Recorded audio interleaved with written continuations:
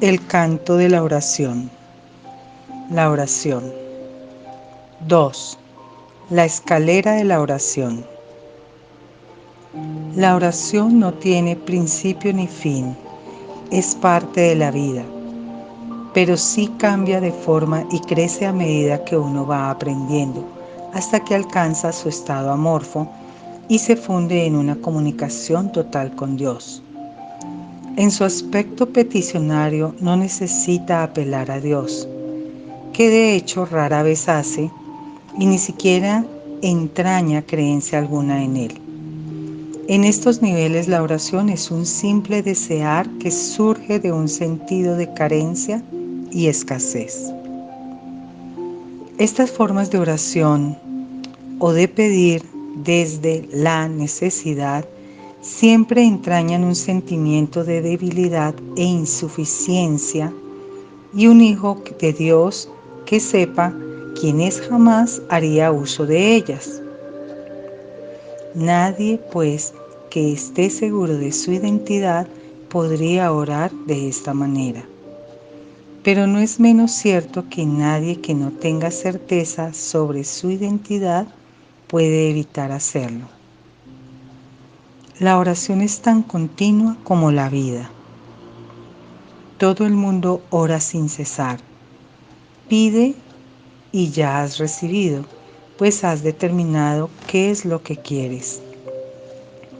Es posible asimismo alcanzar una forma más elevada de pedir desde la necesidad, puesto que en este mundo la oración es reparadora y por lo tanto entraña niveles de aprendizaje.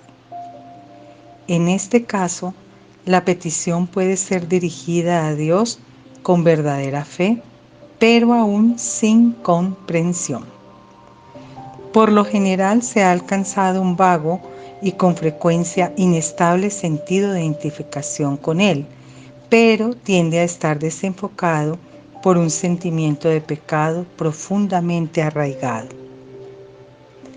En este nivel es posible que se sigan pidiendo cosas mundanas, en variedad de formas, como también es posible pedir dones tales como la bondad o la honestidad, y en particular pedir para las muchas fuentes de culpa que inevitablemente yacen bajo cualquier oración procedente de la necesidad. Sin culpa no hay escasez. Quien está libre de pecado no tiene necesidades. En este nivel surge también esa curiosa contradicción de términos conocida como orar por nuestros enemigos. La contradicción no se encuentra en las palabras mismas, sino más bien en la manera en que usualmente se interpretan. Mientras creas tener enemigos, habrás limitado tu oración a las leyes del mundo y habrás limitado también tu capacidad para recibir y para aceptar a esos mismos estrechos márgenes. Sin embargo, si tienes enemigos, tienes necesidad de oración y una gran necesidad, por cierto. Entonces, ¿qué significa realmente la frase? Significa que debes orar por ti, para que no busques aprisionar a Cristo y así perder el reconocimiento de tu propia identidad. No traiciones a nadie o te traicionarás a ti mismo. Un enemigo es el símbolo de un Cristo prisionero. ¿Y quién podría ser él sino tú mismo? Orar por los enemigos se convierte de este modo en una manera de orar por tu propia libertad. Ahora ha dejado de ser una contradicción. Se ha convertido en una declaración de la unidad de Cristo y el reconocimiento de su impecabilidad. Ahora se ha vuelto santa, pues reconoce al Hijo de Dios tal como fue creado. Nunca olvides que la oración, en cualquiera de sus niveles, es siempre para uno mismo. Si te unes a alguien en oración, lo haces parte de ti. El enemigo eres tú, al igual que eres el Cristo. Por ello, antes de hacerse santa, la oración es una elección. Tú no eliges por otro, solo puedes elegir por ti mismo.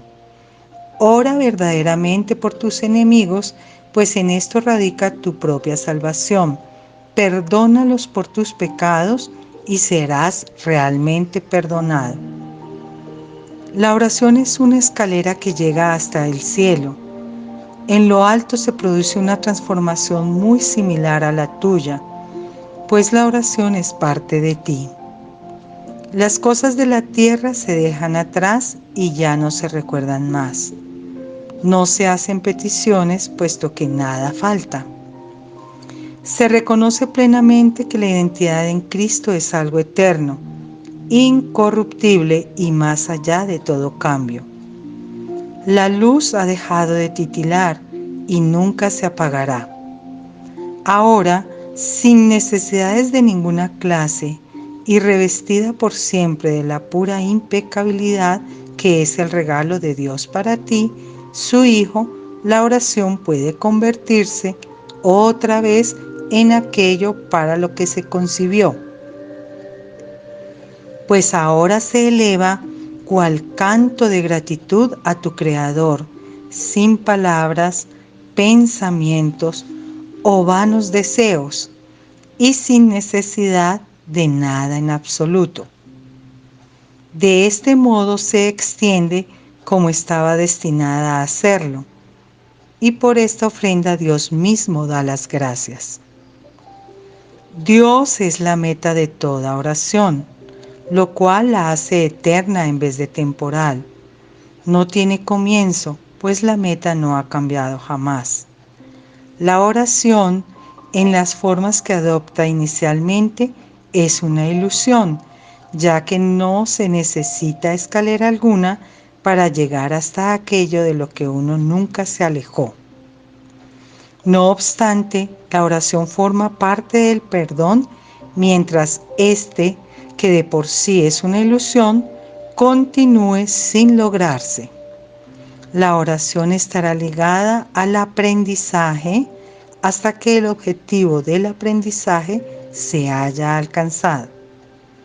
Y entonces todas las cosas se transformarán al unísono y retornarán libres de toda mancha a la mente de Dios. Al encontrarse más allá de lo que se puede aprender, este estado es indescriptible. Es necesario, no obstante, entender las etapas por las que hay que pasar para su obtención. Si la paz ha de ser restaurada en el Hijo de Dios, quien vive ahora en la ilusión de la muerte y el temor de Dios.